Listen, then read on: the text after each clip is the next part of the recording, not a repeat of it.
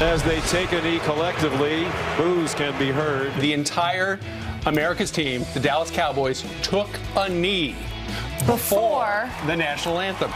Whatever they can do not to disrespect the flag, then and still get the message out, then I'm okay with. And I don't think that you can take a knee for the national anthem and say that you support the military at the same time. He attacks black athletes, as he did, and he does it once again to dog whistle to his base. Hillary Clinton is a racist demagogue. She is dividing the country on racial grounds. All eyes are on Alabama tonight as the primary race to fill an empty Republican Senate seat intensifies. President Trump unveils a new travel order. Basically takes all the judicial objections and all those cases that judges wrote against the first two and plugs them in. The clock ticks down on what is likely the final Obamacare repeal push under current voting rules. This is not the last chance. This is the best chance.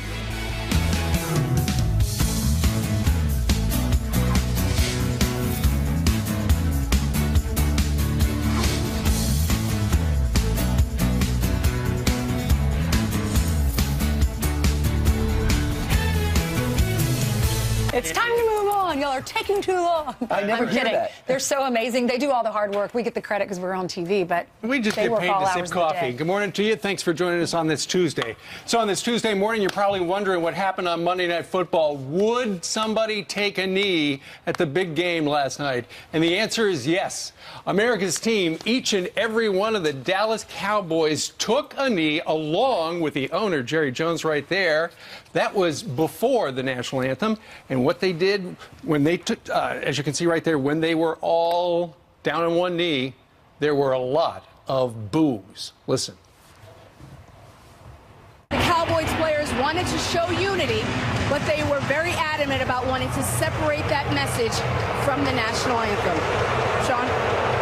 All right, Lisa, and as they take a knee collectively, boos can be heard from this sellout crowd in Arizona. I think the crowd thought they were going to stay down on their knees during the national anthem, as we all would have if we're seeing Looked that. like it. Then they all stood up when they unfurled that flag, and the audience went crazy. Listen. Boos can be heard.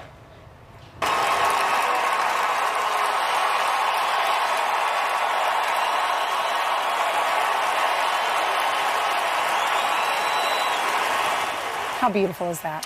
Very well choreographed, and I think it gets a message across. I mean, if the NFL players wanted to do something before the game a year ago, if Colin Kaepernick actually was on some type of humanitarian Muhammad Ali-like mission prior, where people weren't saying, where did this come from? I think that people would understand more. The questions would have been more salient and would have focused on what they wanted to focus on. But the fact that the players chose the anthem is what's dividing the country and made the president so irate in Alabama on Friday night. Right, and the president got this whole thing started on Friday night, and the president himself, just about 20 minutes ago, started tweeting. And apparently he saw the video we've just played. He writes, the booing at the NFL football game last night when the entire Dallas team dropped to its knees was loudest I have ever heard. Great anger. But then he saw the next bit of video. But while Dallas dropped to its knees as a team, they all stood up for our national anthem. Big progress being made. We all love our country. All right. Actually, I don't think we're right. I mean, in one way, I love what Dallas did, the fact that the Cardinals are there, that their arms are together. It shows the team is a team. I'm curious to see what the NFL's got. Not even, I said 3 days. They actually have 2 days because they have a Thursday night game. They got 2 days to address this. It's going to get worse and worse and worse. It's going to become a soap opera and force people who want to look at this as a America protest to stay home, people that look at this as a racial injustice protest to show up. It's going to do nothing good for the league, sports, or the country. The NFL has to step up. They should do what the NBA did. They should all come together. All the coaches should say, all right, let's all agree. If you want to take a knee, do it before the anthem. But when they unfurl the flag and when they sing the Star Spangled Banner, you need to stand up. Yeah. Well, I just look for the NBA to break what they did last year. Judging by what LeBron James was saying yesterday and what Popovich was saying, coach of the Spurs yesterday, they're probably going to be doing the same protests in a few weeks. We'll see. Well, here's the thing. What is going on there? ultimately, a lot of people don't like what they have seen in the past. Maybe they like what the Cowboys did last night, but I was talking to a couple of guys who are some of the biggest sports fans I know, have been watching football forever, asked about the flag thing, said, you know what, didn't see it because stopped watching last year. Because they were so fed up with just before the game, there's 5 minutes worth of stuff. Is somebody going to stand? Is somebody going to take a knee? It has impacted their TV ratings a little bit, down about 10% across the board over last year. Meanwhile, Hillary Clinton, while the president made it very clear when he was heading back to Washington on Air Force One, he said, it's not about race. It is about the flag. Hillary Clinton was over on MSNBC, and she disagrees with that. He attacks black athletes, as he did, starting with his rally in Alabama, continued on Twitter. And he attacks them for protesting peacefully, for equality, for standing up for what they believe. And he does it, once again, to dog whistle to his base and to try to detract attention from other things that are going on. But it's quite telling that he is willing to attack black athletes. He never says anything of an insulting manner toward white supremacists or neo-Nazis or Ku Klux Klanners or Vladimir Putin, right? As you know, 2016 will never end. I'm sure Democrats just want her to go away. How long is this book tour? Continuing to hit her the same way as if the election has not been settled already. But a couple of things. I believe the president would be just upset if golfers were doing this, if hockey players were doing this, if the PGA was doing this, any sport which is currently predominantly white. I don't think he sees race in this. The player says it's about race. That's where the rubber hits the road. About the president's staff, the vice president went out yesterday, backed him up. Sarah Huckabee Sanders went out and backed him up, and so did General Kelly. He tweeted this out. I believe every American chief of staff, when the national anthem is played, should cover their hearts and think about all the men and women who have been maimed and killed. Every American should stand up and think for 3 lousy minutes. That was after, apparently, there was a CNN report out that said that John F. Kelly was upset with the president, and then the president said that's not right, and then John Kelly came out with that. Newt Gingrich, former Speaker of the House, looks at what Hillary just said and said, essentially, that she is using racism as a weapon. Listen to this. Hillary Clinton is a racist demagogue. I mean, let's be blunt. Let's be straight out about this thing. She can't possibly debate on the merits any of the things we're talking about. I mean, she is using racism as a deliberate weapon. She is dividing the country on racial grounds as a deliberate political weapon in exactly the model of modern liberalism, which can't possibly survive if they don't constantly go back to racism. Newt Gingrich was on his game yesterday. I watched him show on Hannity, moved to 9 o'clock, and he had a big feature. Now, before you start this story, this is my humble opinion, Steve, I think you might agree. The most important story that I hope you are talking about was an interview you did with Otto Warmbier's parents 30 minutes ago. This is something all America should see. Well, they talked about what happened to their son when they saw him for the first time, when he came back. Remember who he was? He was that University of Virginia student who extraordinarily decided to go to North Korea for a little visit and got arrested. Allegedly for taking down or trying to take down a propaganda poster. That's it. They contained him for a year and a half, and his parents said they tortured him so badly it caused him to die. We interviewed them, and they said this is what happened when they saw him for the first time, when his plane landed on the tarmac and they went onto the plane to see their son. And they said it was time for our family to go to the plane. And Otto was on the stretcher across in the plane, and he was jerking violently, making these inhuman sounds. Otto had a shaved head. He had a feeding tube coming out of his nose. He was staring blankly into space, jerking violently. He was blind. He was deaf. As we looked at him and tried to comfort him, it looked like someone had taken a pair of pliers and rearranged his bottom teeth. How can you question what a terrorist country does? True. They're terrorists. This is what they do. And they also did something to his feet. He was tortured. And for those who are questioning why President Trump put them on the terror list, That's why. They're a terror nation. That's what they're capable of. He said that's the first time. Absolutely, that's the first time they've talked live on television since their son died. They said that the last administration told them just to stay quiet. They would try to get him home. Everything would be okay. Stay quiet. They said they had had enough. When President Trump was elected, they called him. They talked to the State Department. They had him sent home.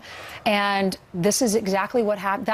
That's what they saw. You know, as a mother, you hold your baby. It's the best day of your life when you hold them for the first time. You have all these plans for their life. This kid was 21 years old, went to the University of Virginia. That is such a tough school to get into. And they said not only was he smart, he was so sweet. He went over to North Korea on a trip for college and comes home in a coma, and they said he was blind and deaf. His teeth had been rearranged. In 48 hours, he was dead.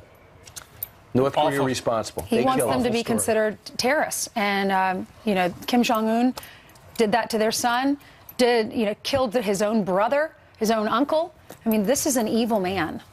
All right, 11 minutes now after the hour. Great interview. Yeah, great interview, and I hope they get an invitation to the White House. It would be great. 11 minutes now after the hour. Hey, Jillian, you have other news. That's right. Good morning. We are following breaking news right now out of New York. So let's begin with this. A police officer is shot in the face after a routine call turned violent. Officer Kayla Mayer ambushed by suspects with an assault rifle as she investigated a suspicious vehicle outside New York City. Can we please get some news there? Armored truck or something to come get this officer out. She shot in the face. We're right behind the suspect. We're pinned down. We can't move. You know what, Kaylee? Doing fine. If it's a good shot like you, that's perfectly fine. Not that bad. Probably missions will be okay. Both suspects are in custody. Officer Mayer is expected to survive. In just a few hours, construction will begin on prototypes for President Trump's long-promised border wall. Build that wall. Build that wall. Build that wall. 6 companies will build a total of 8 models for the government to choose from just south of San Diego. Half will be made of concrete. The rest will be made up of other materials. Congress is now working to pass nearly $2 billion to start funding the wall. Ivanka Trump is heading to Detroit today to promote STEM and computer science education. The visit comes one day after President Trump signed a memorandum directing $200 million in funding to science, technology, and engineering in schools. Quicken Loans is expected to announce a significant private sector commitment to those programs at today's event. That's a look at your headlines as I send it back to you guys. All right, Jillian, thank you. Thank you. It is 7:12 now here in New York City, and we've got another Fox News alert. Pleas for help literally being spelled out on the rooftops in Puerto Rico as that humanitarian crisis grows. Geraldo Rivera is live in San Juan once again today. He's coming up next. If anyone can help them, it's him. And the polls are about to open in Alabama for the big Republican Senate runoff. Senator Luther Strange joins us live in just a few minutes.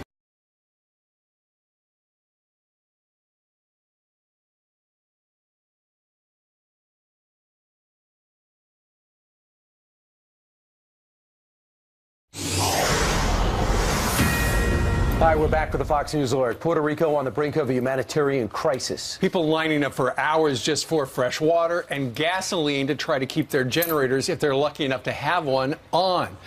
But good news, some help is on the way. Fox News correspondent at large, Geraldo Rivera, his family lives down there. We've been talking to him over the last few days. Look at this. Wow. Lining up for gasoline. Over a mile long, and keep in mind, it's not like you can fill up your whole tank. Everybody gets a certain amount of gas. People waited in hours yesterday, if they're lucky enough to have a gas can. Yeah, and keep in mind, too, it's not enough to have gas. You need power to pump the gas. Mm-hmm. So if you don't have power for the gas station, they may have passed these rules now that backup generators everywhere, and the gas station owners are saying, oh my goodness, where are we going to get this money? But regardless, I'm sure my logic would say that maybe Puerto Rico did not feel that, did not have that same rule that New York got. Apparently they're pumping the gas there, which is good news because a lot of people, keep in mind, how do you have refrigeration? It's 90 degrees down there. It's a Caribbean island. And signals for us, it's touch and go too. We've heard from friends here that have family down there that cell phone service is spotty in places. And Geraldo Rivera went down to visit. We talked to him yesterday on the show. We want to talk to him today, but every time we try to go to him, we can't get a signal. Yeah, there's problems. You know, for the most part, Texas, and Florida are rehabbing. They seem to be on the right track. I know not everything's that smooth, but not right now. Puerto Rico needs a mass influx of power, food, water, and people and aid. And I hope the government reacts, because I don't think Puerto Rico has got the financial wherewithal to handle it themselves. They certainly don't have the infrastructure. Right. There's $70 billion in debt owed to a lot of U.S. corporations and things like that. Separately, though, the problem for Puerto Rico is their power grid. The power poles, all the wires, 100% gone. Samaritan's Purse has been down there helping. They take those huge cargo planes full of supplies down and drop them down to the people, which is great. When we had Franklin Graham on last week, he said he had been doing a deal with Lowe's, the big home contractor, where you buy stuff. I would call it a hardware store, big hardware store, to get 1,000 generators. Yeah. They had already taken 1,000 down. They were going to take another 1,000 down this week. They said Lowe's was giving them a good deal, so that's very nice of the CEO to do that. Indeed. Meanwhile, let's talk about Alabama. The polls are getting ready to open up in that great state for the huge runoff between Roy Moore, the judge, and Senator Luther Strange. The senator is going to join us live next. And the man whose seat Strange is trying to fill, Jeff Sessions, our attorney general, is about to make a huge announcement about free speech on college campus.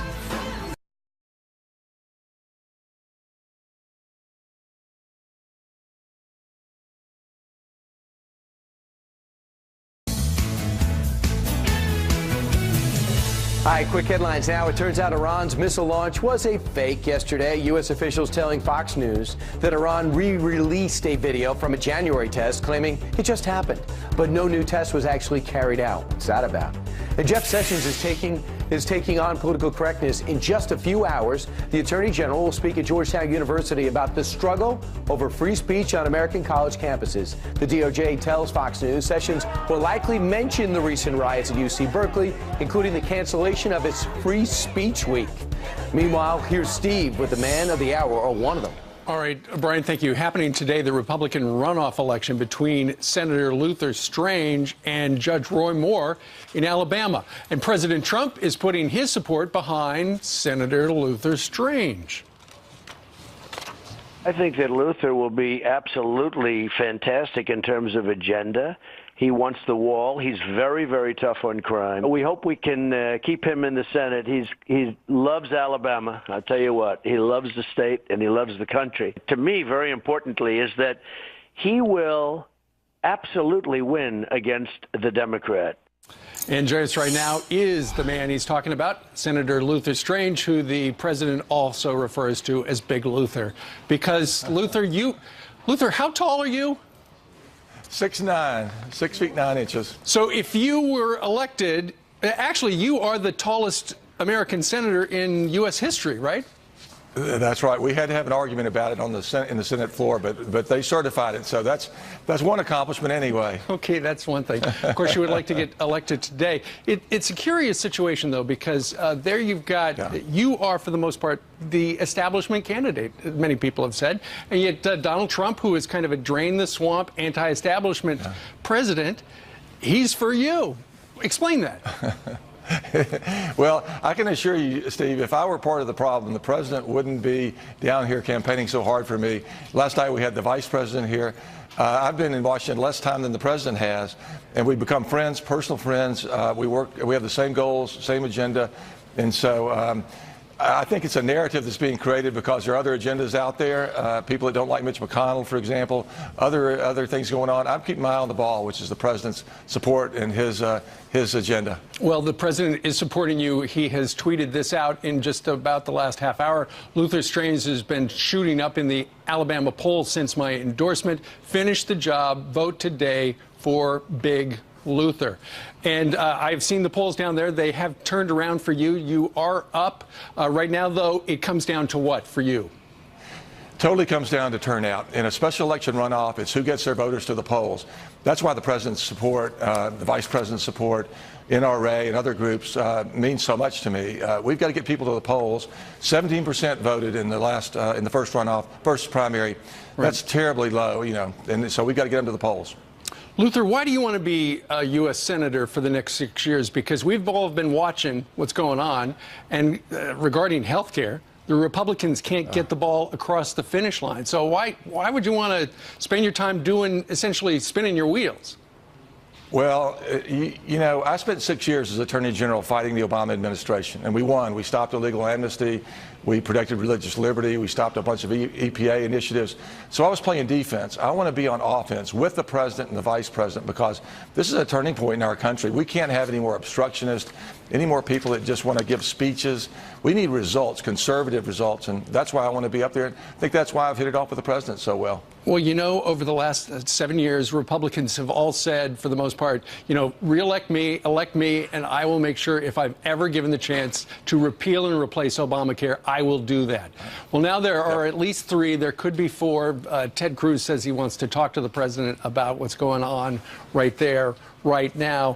For the folks looking in, what is your message to these Republicans who have said in the past they would vote to fix Obamacare and now, given the chance, aren't gonna? Well, I would tell them publicly, and I've told them privately and behind closed doors, we've got to fulfill our promises. I'm the one out here taking the brunt of the failure to keep their commitments.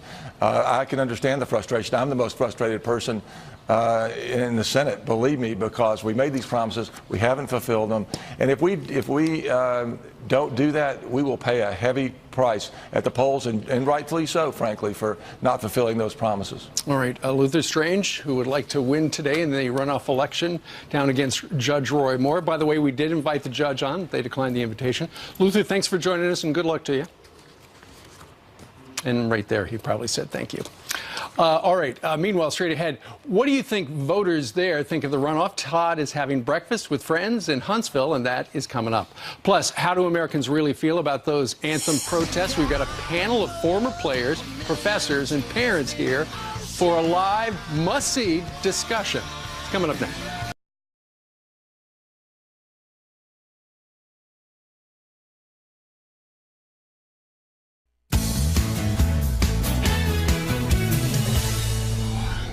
He attacks black athletes, as he did, starting with his rally in Alabama, continued on Twitter, and he attacks them for protesting peacefully, for equality, for standing up for what they believe. And he does it, once again, to dog whistle to his base and to try to detract attention from other things that are going on. But it's quite telling that he is willing to attack black athletes. He never says anything of an insulting manner toward white supremacists or neo-Nazis or Ku Klux Klanners or Vladimir Putin, right? Well, I had a whole list of questions for this panel, but during that soundbite of Hillary Clinton, you're all making your own little comments under your breath. So I think maybe we'll just stick with this first. Let me talk to you, Wendy. This is Wendy Osefo. She's a professor, a liberal political commentator. Let me ask you first what you think of Hillary Clinton's comments. She's saying it is about race. Do you agree, and why? Well, Hillary is now a private citizen, so she has the right to her opinions. However, we have to look at the facts. The facts are Donald Trump has only attacked black athletes. We have, Dale Earnhardt, who has come out and said, you know what, it's okay to take a knee. We also have Tom Brady, who has also said, you know what, it's okay to protest. So we, again, have to continue to look at the facts. And what is clear here is that there is this attack. And then on top of that, this is really about the flag. There's also the Confederate flag, which has also been divisive, and he has not made comments about that. So let's start having that discourse and that conversation. All right, Lisa, I'm watching you and your reaction. You're disagreeing with her. Lisa Giovinazzo, she's a trial attorney and a mother. Lisa, why are you shaking your head? Well, first of all, the one thing that we all do as Americans is we stand united during the anthem. So in that regard, I don't know how anybody could support not standing during the anthem.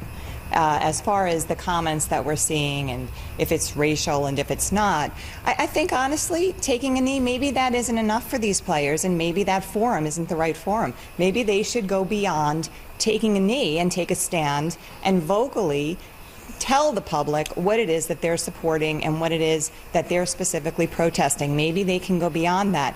Maybe they can raise awareness in a different way.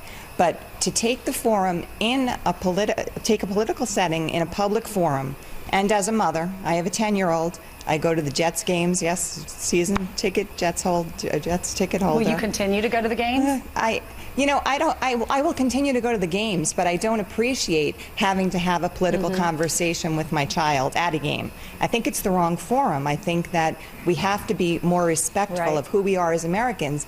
And the NFL is living the American dream because of what has come before Let me see. them. Show of hands of the people that think it's okay to take a knee in the middle of the anthem. Okay, we have 3 of you that think it's fine. What about those who say it's okay to take a knee as long as it's not during the anthem?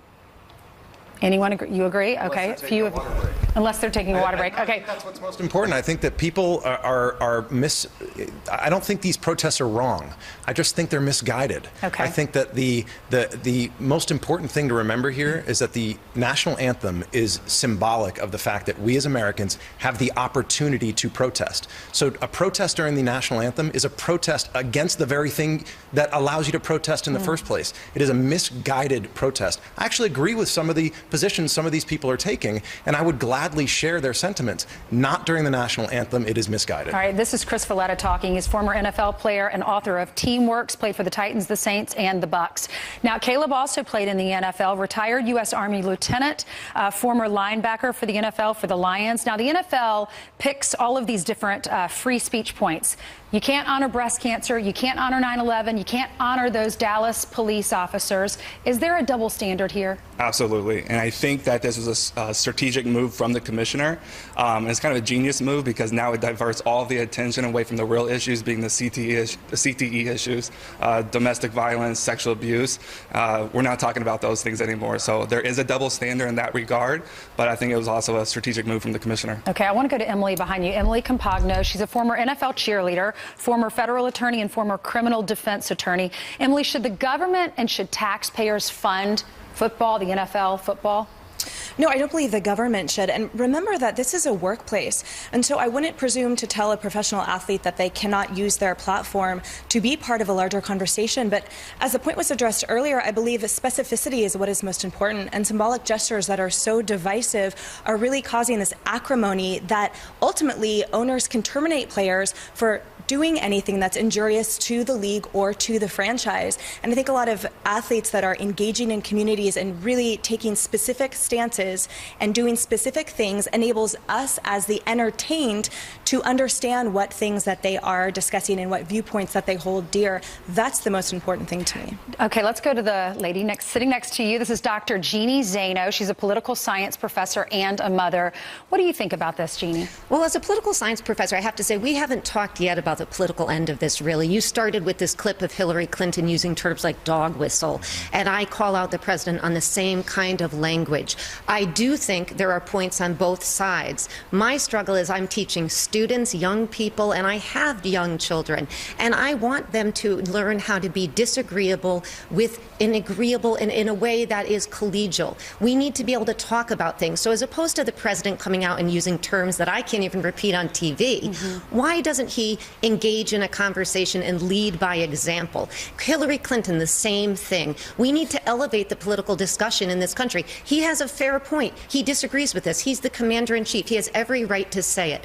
But say it in a different way, and say it in a way that allows us all to engage in a conversation about important issues and not bring us down to this level. And that, to me, is what is so frustrating, because that's what we're trying to teach our children. And I agree, it's difficult. You don't want to go to a sports game and engage in a political discussion with young men. We go to sports games to have get away from fun. politics. I know. All right, Kisha Hebben, she's sitting on the front row. She's an attorney and she's a mom. I want to hear what you think about this, because when I woke up this morning and I saw that Jerry Jones and his team, that they were kneeling down, but then they stood up when that flag was unfurled. I thought, okay, I get that. You want to protest. You want to show that your team is united. It's not about blacks. It's not about whites. It's not about who you voted for, which I thought was a little refreshing. How did you feel about it? Well, I agree with you, and I feel that these actions are actually a very effective way for African Americans to be heard. I'd rather this happen instead of people out in the streets rioting or looting. I think they're just expressing their feelings, and just because you're paid millions of dollars as an athlete doesn't mean you can't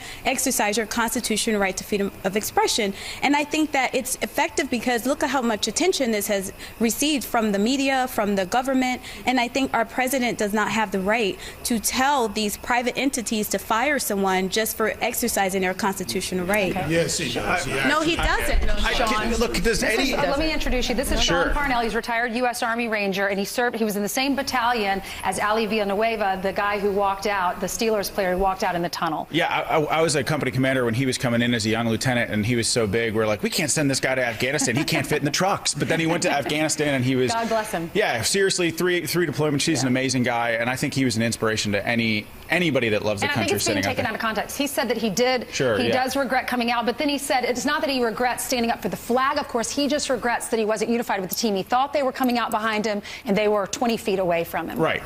I think that, that is Villanueva doing what he's always done and putting the team before himself. And I applaud him for that. But let me ask you, what is this protest all about? It was first about racial inequality, and then it was about police brutality, and now what? It's NFL players united against. No, but it is. They are all protesting, locking arms, protesting Donald Trump. But that is, clearly that's the problem. And instead of focusing on, they're taking a knee, we need to look at how do we address these problems. African Americans in the community want to be heard. There's racial injustice going on. You address it by raising, you doing things. There are other ways to address these problems. But we're not being heard. JJ Watt just raised $37 million for hurricane relief. Marshawn Lynch does amazing things in his community. There are things you can do outside of taking a knee that will be much more of a legacy building for these athletes whose careers will be over by the time they're 27. Burgess, I didn't get to you. Kyle, I didn't get to you. David, my friend David, I didn't get to you. And my friend Deneen, I didn't get to you. But we have this panel. Y'all are coming back up with Steve, so we'll make sure we get your views out there as well. So I apologize for that. All right, legendary college football coach Lou Holtz, who used to be the coach at my school, University of South Carolina, and our friend Laura Ingraham, who is going to get her own show here in October. We're excited to have her full-time here at Fox. And then Todd is live in Huntsville, Alabama. He's having breakfast with friends ahead of today's big Senate runoff election. Hey, how are you? Yeah, today is a big day. It is the run-up between Luther Strange and Roy Moore. Of course, we're talking to the people about who they're voting for, and we're eating Cocoa Biscuits. Check that out. More Fox and Friends when we come back.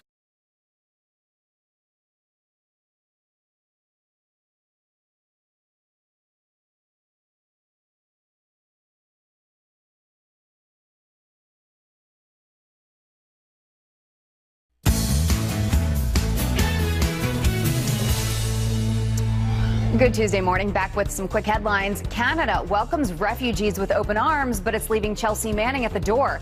The convicted government leaker says the country denied her entry because it considers her crimes to be treason. Manning tweeting a letter from Canadian immigration officials. She plans to challenge that decision. And a Maine senator is hard at work lobbying for lobsters. Angus King, an independent, submitting a formal request to add a lobster to the new emoji keyboard on smartphones. He says it's necessary so people who, quote, fish, process, serve, eat, or otherwise admire the lobster can accurately express themselves in emoji form. That being said, can we please get the white wine emoji? That's all I have to say, guys. It took them all day, right? Because there's a red wine emoji. Well, if you have the lobster emoji, you're going to need a bib. What about a rosé one? They need a pink one. Right. All right. He was the senator that made up his mind already from Maine. Senator Susan Collins joined him against that health care bill. Meanwhile, all eyes are on Alabama today as voters down there get ready to head for the polls for the runoff election to fill Jeff Sessions' vacant Senate seat permanently. Senator Luther Strange and Judge Roy Moore going head-to-head in that critical contest. So what do the voters think? Todd Pyro is talking to them right now at the Blue Plate Cafe in Huntsville. Hi, Todd. Good morning, guys. Yeah, we have a lot of diverse opinions on that, but everybody here agrees we need a Cocoa Biscuit emoji. It's going to happen, folks. All right, let's get down to business. I begin with Don. Don, as you might be able to tell by the hat, voted for President Trump. He is a business owner, and he is voting for Luther Strange. Why? I met both candidates. I felt, as a businessman, I really feel that Luther has more business leadership for our LLCs.